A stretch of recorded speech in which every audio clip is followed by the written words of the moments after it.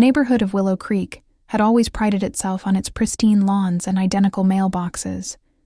The houses gleamed in shades of beige and cream, the driveways were free of cracks, and the cul-de-sacs were arranged with mathematical precision. It was the kind of place where everything looked perfect, until you looked too closely. Behind those uniform fences, a silent tension simmered, bound together by the ever-watchful eye of the Homeowners Association, the HOA. Residents whispered about the board like a secret government, a handful of retirees with clipboards and too much time, ready to issue a fine for something as small as a garden gnome facing the wrong way. When Mara Jennings moved in, she thought she was ready for suburban life.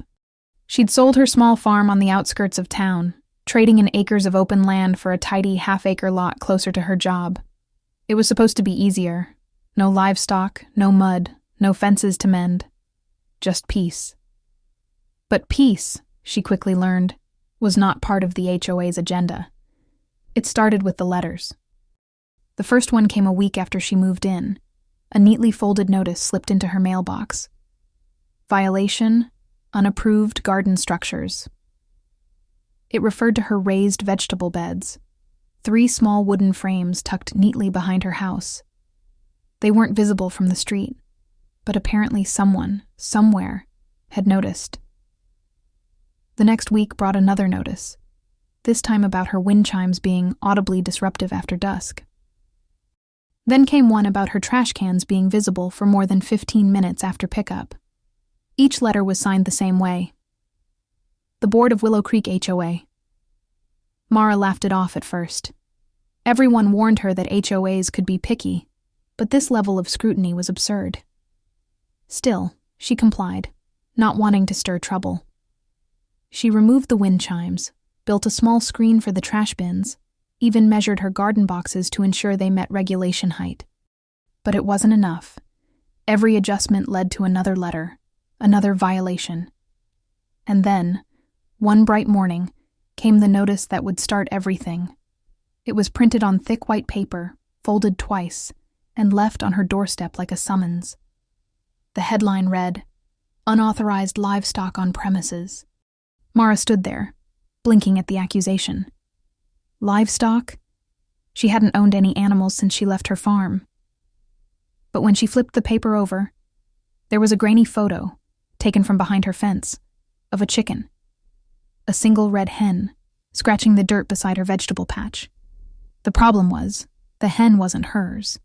After asking around, she discovered that the bird had wandered over from a few streets away, part of a small backyard flock kept, ironically, by one of the HOA board members themselves. Yet when Mara tried to explain this, the HOA dismissed her claim, insisting the photo was proof enough of a violation. They fined her $250 and warned that further disregard for HOA regulations would not be tolerated. Something in Mara snapped that day.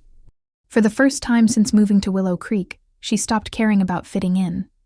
The endless rules, the arbitrary fines, the smug tone of every notice. It all came together like pressure building behind glass. She paid the fine, quietly, but she began to plan. She knew the HOA's rules better than anyone by now. She had read every line of their 60-page covenant, every clause and amendment. And there it was, buried on page 43. Residents shall not keep livestock or poultry on their property, including but not limited to chickens, ducks, goats, or pigs. But one thing was missing. Nowhere in the entire document, nowhere at all, did it mention peafowl. That night, Mara sat at her computer, the glow of the screen reflecting off her determined face. She scrolled through listings, photos, and breeder pages until she found him. A full-grown male peacock with a fan of electric blue feathers and a proud, defiant stare. His name was Jasper. By the end of the week, Jasper had a new home. When the moving crate arrived, Mara could hardly contain her grin. She opened it carefully, and Jasper stepped out like royalty, his long tail trailing behind him in shimmering hues of emerald and gold. The air seemed to change as he stretched his neck and gave a low, haunting call that echoed down the street. The sound was unlike anything Willow Creek had ever heard. Within an hour, blinds began to twitch. By evening, phones were out. By the next morning, the entire neighborhood knew. And before noon, the HOA had already called an emergency meeting. Word of the Peacock spread faster than any HOA memo ever could. By sunrise the next day, every porch camera in Willow Creek had captured some part of Jasper's grand debut. He strutted along the sidewalks like he owned them, his feathers rippling with impossible color under the morning sun. At first, people were amused. Children pressed their faces to windows to watch him pass. A few neighbors took photos for social media. Willow Creek Peacock started trending locally within hours. But amusement turned to agitation the moment Jasper decided to perch on someone's car. The metallic tap of his talons on the hood was enough to draw the first complaint. Then came another, about him blocking a walkway. Then another, about the noise. His calls, loud, echoing cries that sounded somewhere between a scream and a trumpet, carried across the entire neighborhood. By noon, the HOA inbox was flooded. At the end of the cul-de-sac, behind her freshly trimmed hedge, Mara sipped her coffee and watched Jasper explore. She couldn't help but smile. The HOA had left her dozens of warnings and fines for the smallest details, yet here was something so large, so bright, and so undeniably legal that they couldn't quite process what to do with it. When the first notice arrived, titled "Unauthorized Exotic Animal on Property," Mara was ready. She sent a neatly typed response with a copy of the HOA regulations attached, highlighting the absence of any mention of peafowl. The reply she received was short and stiff. "The board will review this matter further." That review turned into chaos. The HOA called an emergency meeting at the clubhouse that evening. A dozen residents attended, each one angrier than the last. They demanded immediate removal of the bird, citing noise, droppings, and potential aggression. But the HOA president, a woman named Linda Prescott, discovered what Mara already knew. The covenants simply didn't cover peacocks. Linda was known around Willow Creek for her iron will and her clipboard collection. She'd fined a teenager for parking half an inch over the curb and once forced a family to repaint their front door because it was too cheerful. The idea that someone had found a loophole in her meticulously enforced system was intolerable. That night, she paced her kitchen drafting amendments, calling board members and rehearsing speeches. She told everyone who would listen that a precedent like this could ruin the community. If one person could bring in a peacock, what was next? Goats? Donkeys? Chaos? Meanwhile, Jasper became something of a celebrity. Neighbors drove by just to see him fan his feathers in the afternoon light. He'd found his favorite spot, the roof of Mara's garden shed, where he would sit like a jewel above the beige monotony. Every time he called out, it was as if he were mocking the silence that had defined Willow Creek for years. But not everyone shared the admiration. Some residents began leaving notes under Mara's door. Polite at first, then increasingly harsh. "Please consider the community. This is not a zoo. Remove the bird before someone takes action." Then, one morning, Mara woke to find her gate open and Jasper missing. The yard was silent, the air strangely heavy. Panic hit her chest like a weight. She searched the entire property, calling softly, scanning under bushes and behind the fence. Nothing. The neighbors' blinds were drawn tighter than usual. Hours later, she found him, at the entrance of the neighborhood, sitting proudly on the HOA's marble sign. Someone had taken a photo and posted it to the community's online board with the caption, "Enough is enough." The next day, the HOA issued another notice. This time, the tone was different, harsher, more desperate. It accused Mara of endangering neighborhood safety and creating a public nuisance. A fine of $500 was attached, along with a warning that further noncompliance could result in legal action. Mara didn't respond. She framed the notice and hung it in her hallway. Days passed, and tensions grew. The HOA began sending patrols, retired volunteers with clipboards, to monitor Jasper's activity. They logged every noise, every sighting, every feather that drifted onto neighboring lawns. Residents whispered about lawsuits and animal control. But Mara stayed calm.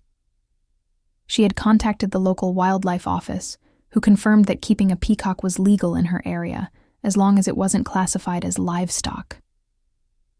Jasper was officially registered as an ornamental bird. Still, Linda wasn't done. Behind closed doors, she began organizing a special vote, one that could rewrite the HOA rules and ban all non-domesticated animals, retroactively. The plan was to force Mara to remove Jasper, or face escalating fines until she complied. But there was one thing Linda didn't anticipate: the growing divide among the residents. Some began defending Mara, tired of the endless restrictions and constant oversight. They argued that Jasper was harmless, even beautiful, a symbol of freedom from the HOA's iron grip. Others sided with Linda, claiming that allowing one exception would destroy the order they'd paid for. By the time the meeting for the vote was announced, the neighborhood had split cleanly in two. Lines were drawn, tempers flared, and what began as a quiet act of defiance had become a suburban Cold War. The HOA set the date for the vote. Flyers appeared on every door. The clubhouse would host the deciding meeting at 7 p.m. on Friday. That Friday night, as the sun set and porch lights flickered on, the cul-de-sac filled with cars. Inside, the room buzzed with whispers and folded arms. Linda stood at the front, papers in hand, ready to restore order. But outside, under the pink glow of dusk, Jasper began to call. His voice echoed across the entire neighborhood, loud, proud, and impossible to ignore. And then, from somewhere in the crowd inside the clubhouse, a slow clap began. The night of the vote became the night Willow Creek lost its perfection. Inside the clubhouse, folding chairs creaked beneath crossed arms and restless feet. The air was thick with perfume, paper, and tension. At the front of the room, beneath the framed mission statement of the Willow Creek Homeowners Association, Linda Prescott stood like a judge about to deliver a sentence. Her clipboard rested on the podium, pen clipped neatly to the side. Every strand of her hair was pinned with the precision of a woman who believed control could hold back chaos. She began the meeting with practiced calm, reading from her notes in a steady, authoritative voice. Item 1, she said, is the proposed amendment to Section 5 of the Community Guidelines, the prohibition of all non-domesticated or exotic animals within Willow Creek. A murmur rippled through the room. On one side, the residents who believed in the sanctity of the rules nodded in grim approval. On the other, those who had quietly cheered for Mara and Jasper sat stiff, waiting. Mara herself stood near the back, silent, watching. She hadn't brought Jasper. He was perched safely at home in his pen, asleep under the soft glow of the motion light. But she knew the sound of his calls was still echoing in everyone's minds. The bird had become something larger than a pet. He was the embodiment of everything the HOA couldn't control. Linda called for order as the whispers grew. She reminded everyone of the values of harmony and consistency that made Willow Creek desirable. She spoke of property values, safety, noise, and community reputation. Every sentence landed like a stone, heavy with implication. Then came the moment for resident comments. One by one, people stood. A man in a golf shirt complained that the peacock had scratched his car hood. A mother mentioned her child's lost sleep from the noise. A couple argued that farm animals had no place in a planned community. But then others rose. An elderly woman with a walker said she found the birds' cries peaceful. Another man admitted that for the first time in years, he'd seen children laughing outside instead of staring at their phones. Someone else mentioned that the peacock had become a small tourist attraction. Real estate agents were even using photos of Jasper in listings to show how colorful and lively the neighborhood was. Each testimony pushed the tension higher, like a rope being pulled from both ends. Linda tried to rein it in, but the energy in the room had shifted. Her control was slipping, and she could feel it. When she finally announced that the vote would proceed, the noise level spiked, shuffling papers, whispering neighbors, the metallic clink of pens on clipboards. Outside, the air was cool and still. The clubhouse lights glowed yellow against the dark.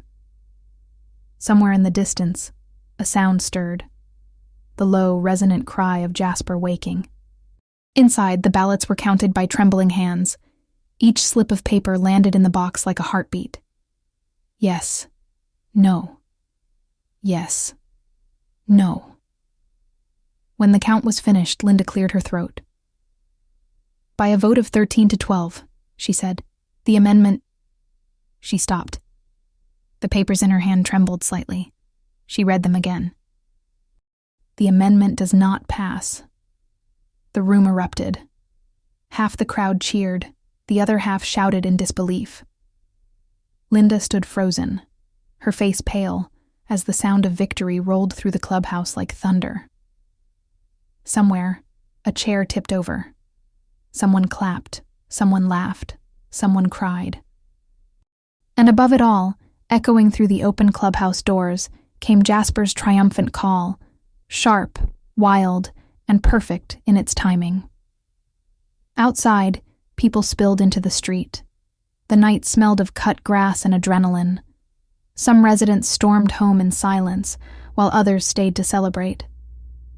Mara stood quietly on the sidewalk, feeling the chaos unfold around her. She hadn't planned to win. She hadn't planned anything beyond the simple act of standing her ground. But somehow, through feathers and stubbornness, she had cracked the shell of the HOA's control. The next morning, the neighborhood woke to an uneasy peace. The HOA board, humiliated but bound by their own rules, issued a formal statement acknowledging the vote. Linda resigned a week later, citing irreconcilable differences with community direction. Rumor had it she'd moved to a stricter neighborhood across town. As for Mara, she kept her head down and her yard neat. She planted more flowers, repainted her shutters, and kept Jasper's pen spotless. The letters stopped. No more warnings, no more fines. People waved when they saw her. A few even stopped to ask about Jasper's diet or where she bought his feed. Over time, the neighborhood changed. Yards grew a little less uniform. A few residents started small gardens again. Someone put up a bright yellow mailbox without asking for approval first. The air felt lighter, freer. And every morning, when the sun crested over the rooftops, Jasper greeted the day with his brilliant cry. Sometimes Mara would sit on her porch with her coffee and listen. To her, it wasn't noise. It was music. The sound of something wild that refused to be contained by rules or signatures or clipboards. The sound of defiance wrapped in beauty. Visitors still came by occasionally, drawn by the stories. They'd pull over, step out of their cars, and stare at the Peacock strutting proudly across the lawn. Most of them smiled. A few shook their heads. One or two even muttered something about how this never would have happened before. But Mara just laughed softly to herself, because in a place where conformity once ruled, one stubborn woman and a bird with 100 shimmering eyes had changed everything.